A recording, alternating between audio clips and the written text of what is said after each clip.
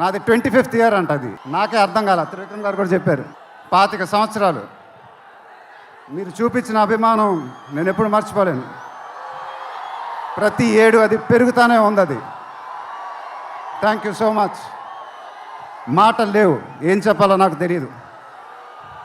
ఎప్పుడు చెప్తూ ఉంటానుగా, చేతులు ఎత్తి దండం పెట్టడం తప్ప ఏం తెలియదని. మీరు ఎప్పుడు నా గుండెల్లో ఉంటారు, ఎప్పుడు ఎప్పుడు ఎప్పుడు. సంక్రాంతి నాకు బాగా కలిసి వచ్చిన పండగ, నాకు కానీ నాన్నగారికి కానీ. మా సినిమా సంక్రాంతికి రిలీజ్ అయితే అది బ్లాక్ బస్టరే. కానీ ఈసారి ఎందుకో కొంచెం కొత్తగా ఉంది, ఎందుకంటే నాన్నగారు మన మధ్యన లేరు, అందువల్లేమో. ఆయన నా సినిమా చూసి రికార్డుల గురించి కలెక్షన్ గురించి చెప్తుంటే చాలా ఆనందం వేసేది. ఇప్పుడు అవన్నీ మీరే చెప్పాలి నాకు. ఇక నుంచి మీరే నాకు అమ్మ, మీరే నాకు నాన్న, మీరే నాకు అన్నీ.